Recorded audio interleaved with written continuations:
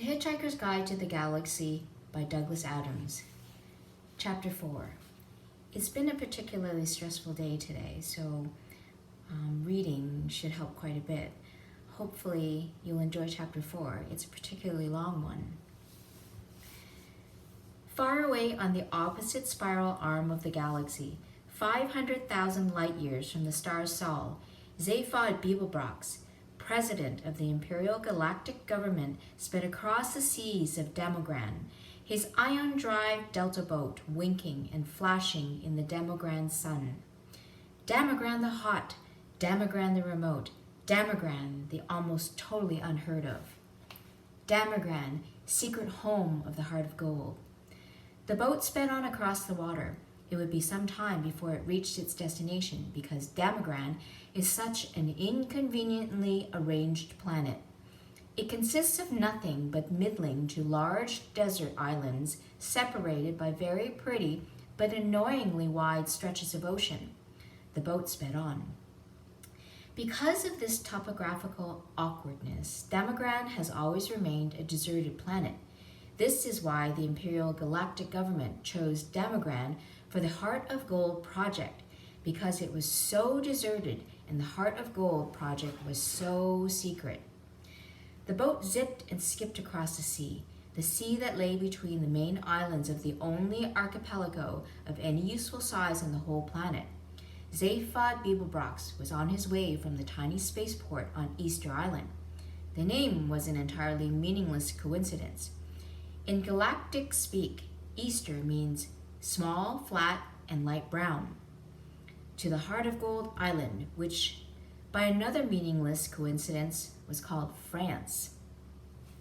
One of the side effects of work on the Heart of Gold was a whole string of pretty meaningless coincidences, but it was not in any way a coincidence that today, the day of culmination of the project, the great day of unveiling, the day that the Heart of Gold was finally to be introduced to a marveling galaxy, was also a great day of culmination for Zaphod Beeblebrox.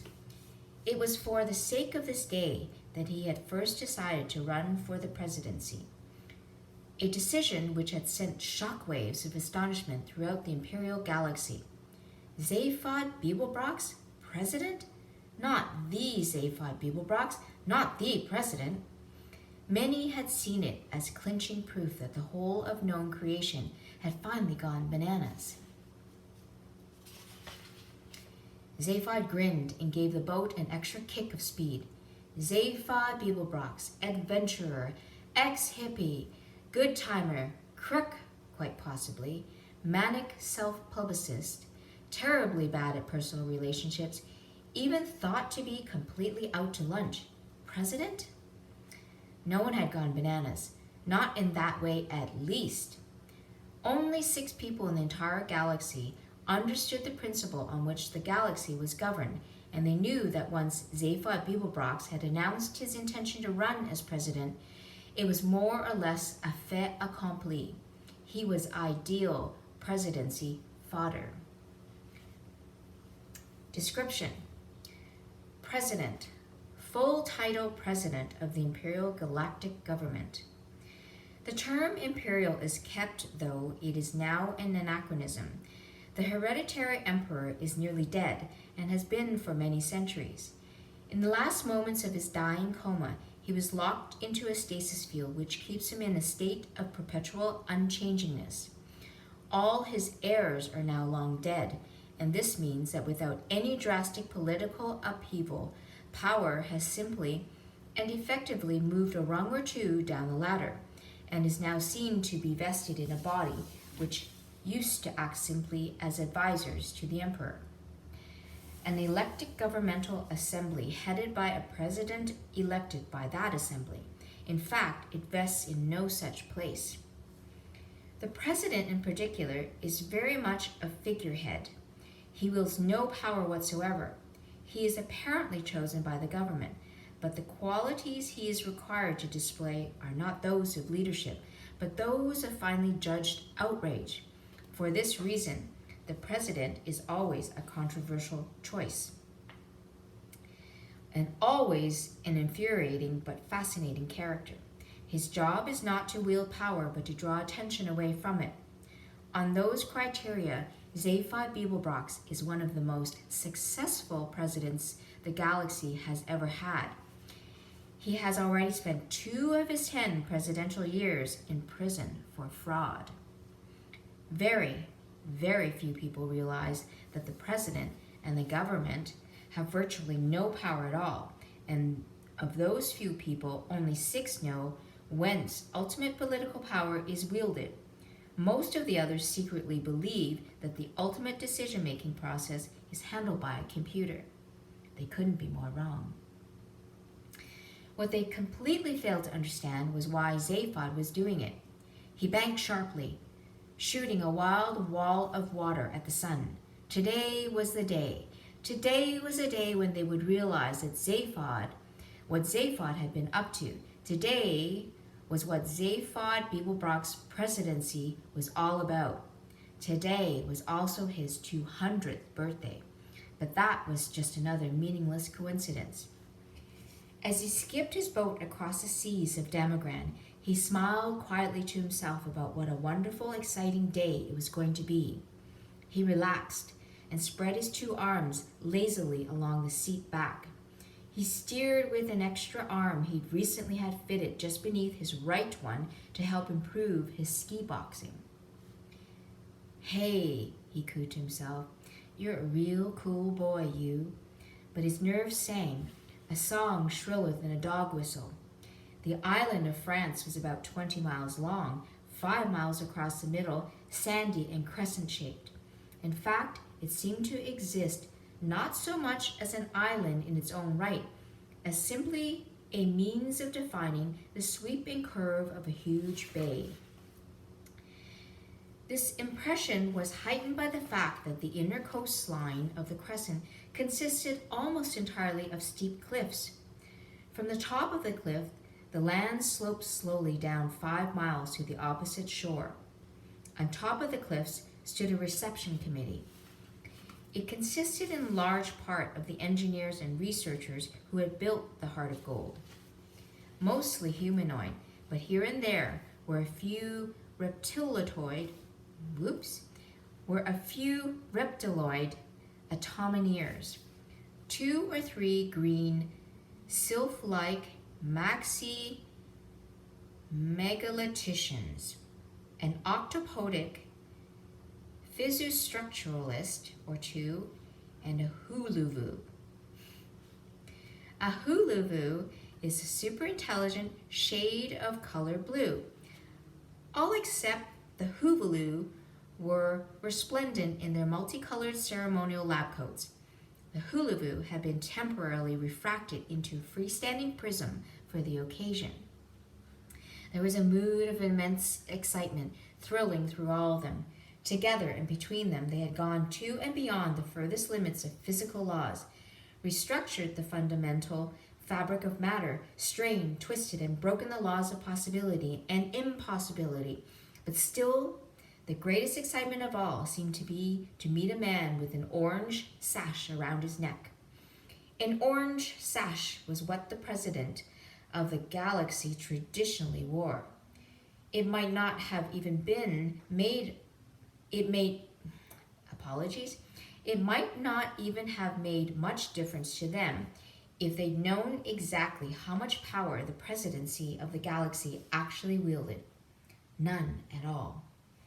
Only 6 people in the galaxy knew that the job of the galactic president was not to wield power, but to attract attention away from it. Zaphod Beeblebrox was amazingly good at his job. The crowd gasped, dazzled by sun and seamanship, as the presidential speedboat zipped round the headland into the bay. It flashed and shone as it came skating over the sea in wide, skidding turns. In fact, it didn't need to touch water at all, because it was supported on a hazy cushion of ionized atoms. But just for effect, it was fitted with thin fin blades which could be lowered into the water. They slashed sheets of water, hissing into the air, carved deep gashes in the sea which swayed crazily and sunk back foaming into the boat's wake as it careered across the bay. Zaphod loved the effect. It was what he was best at. He twisted the wheel sharply. The boat slewed around in a wild, scything skid beneath the cliff face and dropped to rest lightly on the rocking waves. Within seconds, he ran out onto the deck and waved and grinned at over 3 billion people. The 3 billion people weren't actually there, but they watched his every gesture through the eyes of a small robot Tri-D camera, which hovered obsequiously in the air nearby. The antics of the president always made amazingly popular Tri-D. That's what they were for. He grinned again. 3,000,006 people didn't know it, but today would be a bigger antic than anyone had bargained for. The robot camera honed in for a close-up on the more popular of his two heads, and he waved again. He was roughly humanoid in appearance, except for the extra head and third arm. His tousled hair stuck out in random directions. His blue eyes glinted with something completely unidentifiable, and his chins were almost always unshaven. 20-foot-high transparent globe floated next to his boat, rolling and bobbing, glistening in the brilliant sun. Inside it floated a wide, semicircular sofa upholstered in glorious red leather. The more the globe bobbed and rolled, the more the sofa stayed perfectly still, steady as an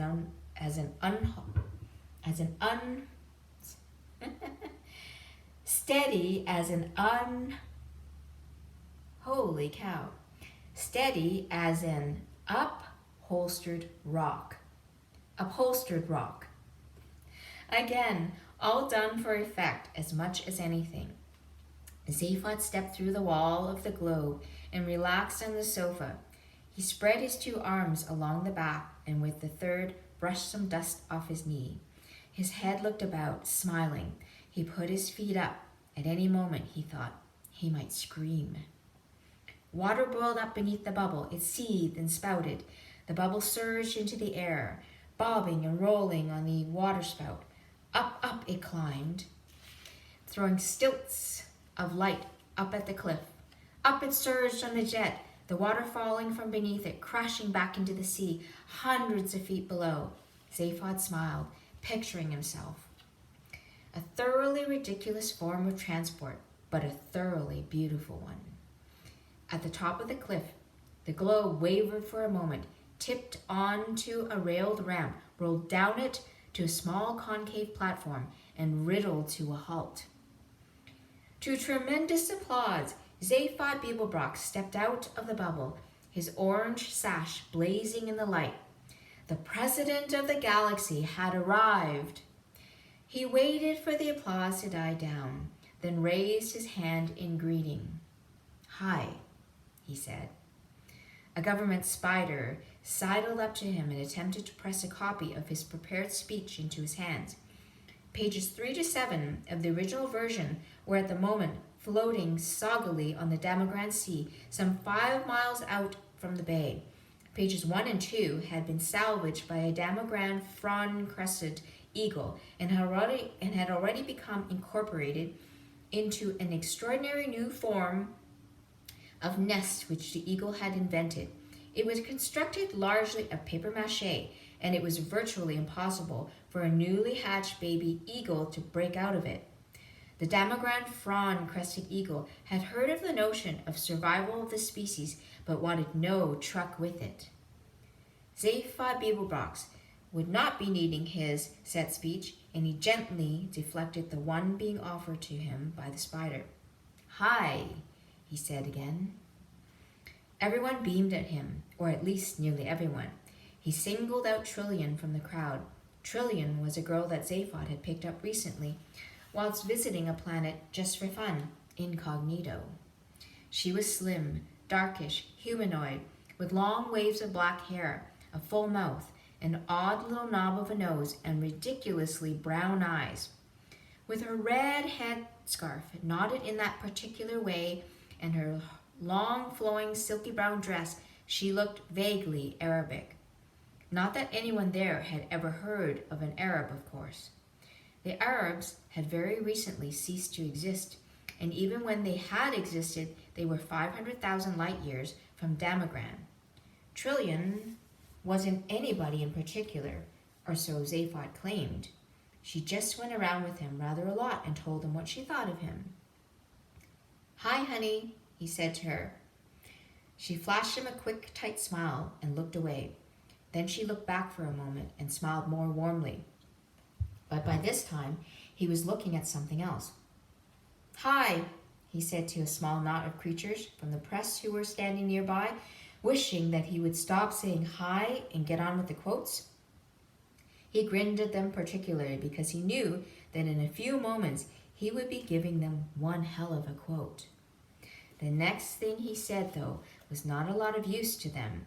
One of the officials of the party had irritably decided that the president was clearly not in a mood to read the deliciously turned speech that had been written for him, and had flipped the switch on the remote control device in his pocket. Away in front of them, a huge white dome that bulged against the sky cracked down the middle, split and slowly folded itself down into the ground. Everyone gasped, although they had known perfectly well it was going to do that because they built it that way. Beneath it lay uncovered a huge starship, 150 meters long, shaped like a sleek shoe, perfectly white and mind-bogglingly beautiful. At the heart of it, unseen, lay a small gold box which carried within it the most brain-wrenching device ever conceived. A device which made this starship unique in the history of the galaxy. A device after which the ship had been named, the Heart of Gold. "Wow," said Zaphod Beeblebrox to the Heart of Gold. There wasn't much else he could say. He said it again because he knew it would annoy the press. "Wow." The crowd turned their faces back towards him expectantly. He winked at Trillian, who raised her eyebrows and widened her eyes at him. She knew what he was about to say and thought him a terrible show-off. "That is really amazing," he said. "That is truly amazing. That is so amazingly amazing. I think I'd like to steal it." A marvelous presidential quote, absolutely true to form. The crowd laughed appreciatively. The newsmen gleefully punched buttons on their sub-ether newsmatics, and the president grinned. As he grinned, his heart screamed unbearably, and he fingered the small paralysomatic bomb that nestled quietly in his pocket. Finally, he could bear it no more. He lifted his heads up to the sky, let out a wild whoop in major third, threw the bomb to the ground, and ran forward through the sea of suddenly frozen, beaming smiles. End of chapter 4. What a great day he had. Thanks for listening. Be back soon.